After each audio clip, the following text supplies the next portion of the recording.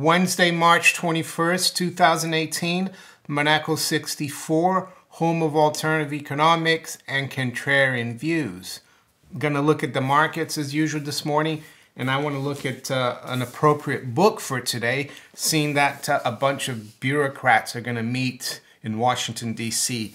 to decide what the short-term interest rate in the free market supposedly is going to be. And by that I mean the FOMC, the Federal Open Market Committee of the Federal Reserve System. Do we really need central planners telling us what markets should do and even manipulate them? It reminds me of the old Soviet Union when everything was centrally planned, and we know what happened to that system. And I want to bring up an important book that I don't hear people talking too much about anymore. It was written in 2009 by Ron Paul and the Fed. Remember the 2008 presidential campaign when the mainstream media basically ignored Ron Paul, even though he was leading in the primaries. He was like drawing huge crowds at campuses, and the chant was "End the Fed, end the Fed." So that was, you know, the first. It wasn't the first case of fake news, but they, you know, I remember he used to win primaries and they used to put his name in third place, even though he won the most votes. Ridiculous. So yeah, we'll look at this End the Fed book, which I think is still really important. We need to end the Fed. We need to end the Bank of England, all central banks, if we really want to be free and have whatever currencies we want for cryptocurrencies to trade freely and not to be always concerned about regulation. We need to end the Fed. So let's have a look at the markets before I go into that book. So it's 8:10 a.m. London, 4:10 a.m. New York. We're still only, we still haven't moved our clocks forward. I think it's going to be on Sunday, this Sunday. So it's going to be a 5-hour difference next week. Spot gold is up 5 at 1316.50. The range overnight has been 1310 to 1317.50. So we're near the highs. Silver is at 1629, up 10. Range has been 1616 to 1631. The Dow is up 7 at 24,740, so pretty much unchanged. S&P up 2 points. NASDAQ up 2 points. So there's not much going on this morning. Looking at the currencies here, the pound still fairly firm, 140.30, up 0.2%. Euro is up 0.25% at 122.70.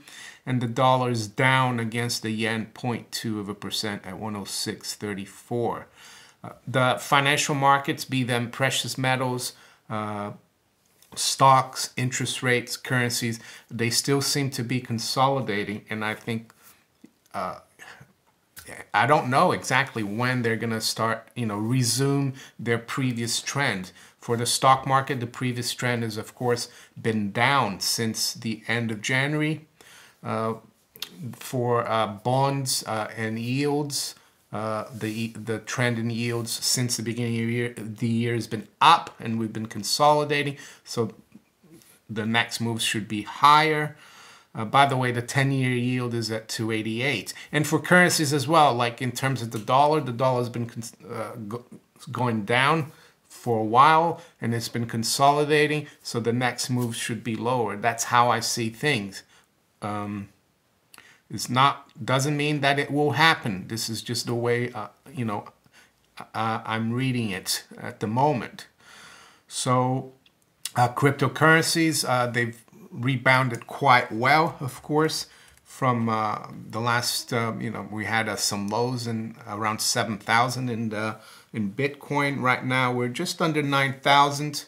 Ethereum got below, I mean, I think it was 450, you know, recently. Now it's almost back up to 600. It's 570.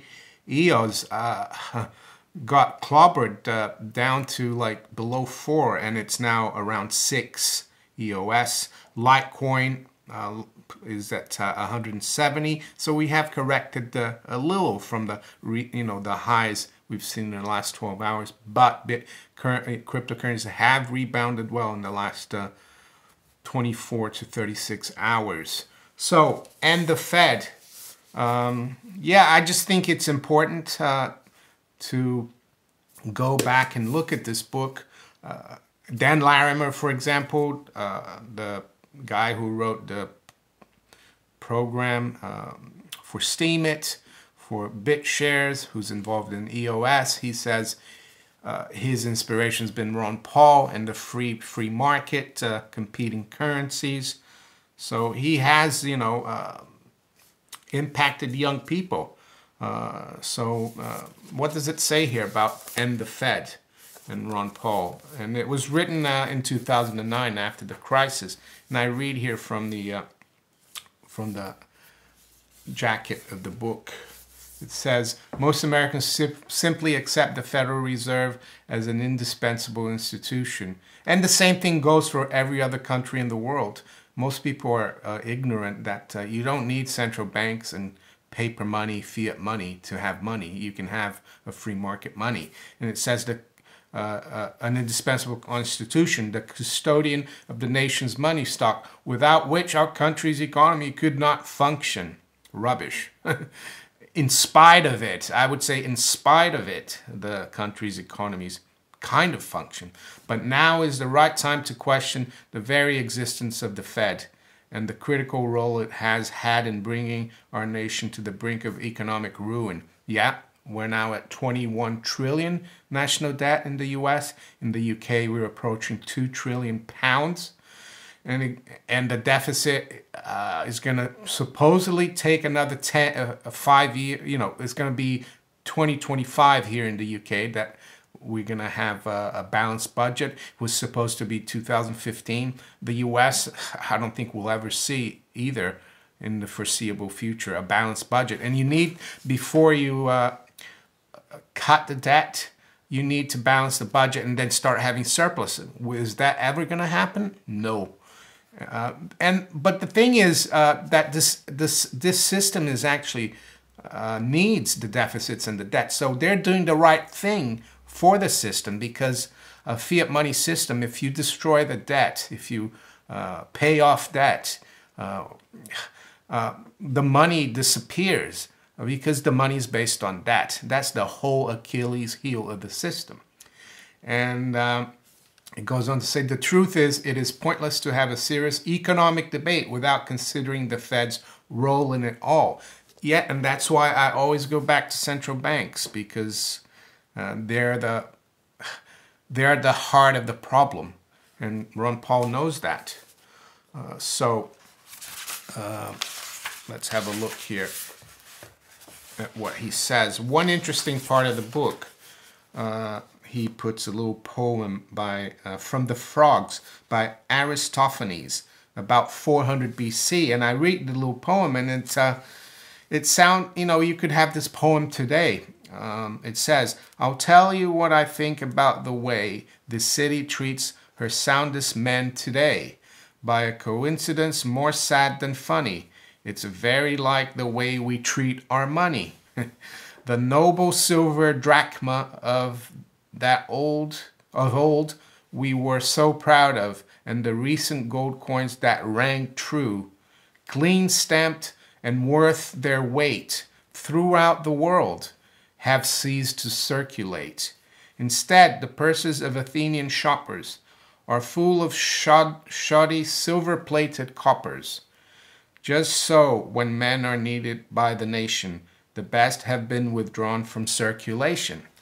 That was written 2,500 years ago. I mean, it could... Does history repeat itself or what? It's like amazing. So...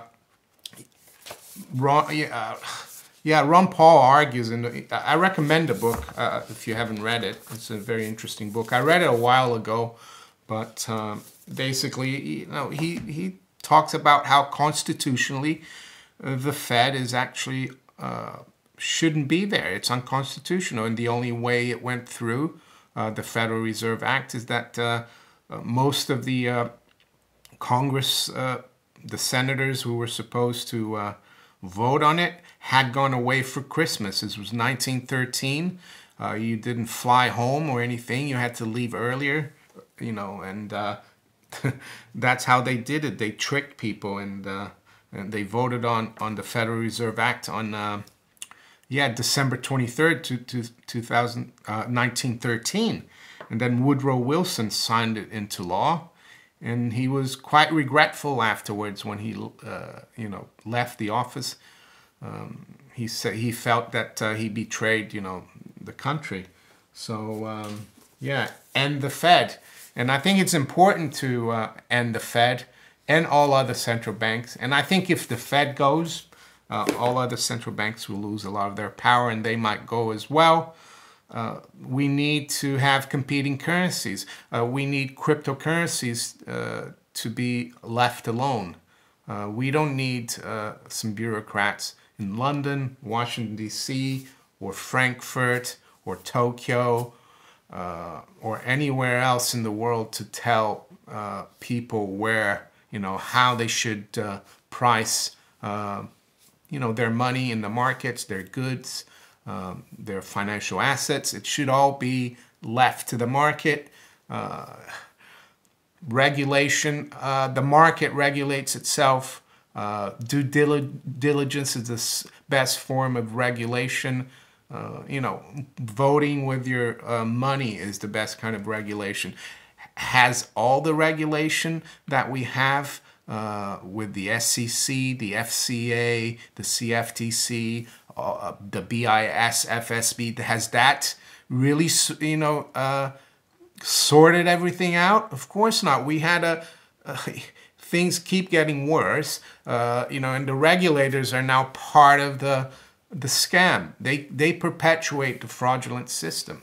So to those people who are in cryptocurrencies and say, oh, we need to make sure that we do KYC, AML, maybe right now, yes, but that's not the point of cryptocurrency. The point of cryptocurrencies is to being free of this system. So hopefully, I hope that the system implodes and we don't need the Fed anymore. And, people do their own homework. And the monetary system is regulated honestly by the people. And that's how it should be. And you might want to, that's the way I see it. So very important. Highly recommend the book then. And I'll put the link below in the description. I'm sure there's a free PDF for it, but if not, buy the book. So that's all I wanted to talk about. Let's wait and see what happens later on today after the central planners in Washington decide what to do with interest rates. So if you enjoyed this video, please like, share it far and wide, share it in all your social media platforms. You can follow me also on steemit.com and on Twitter. And I'll talk to you later. Bye.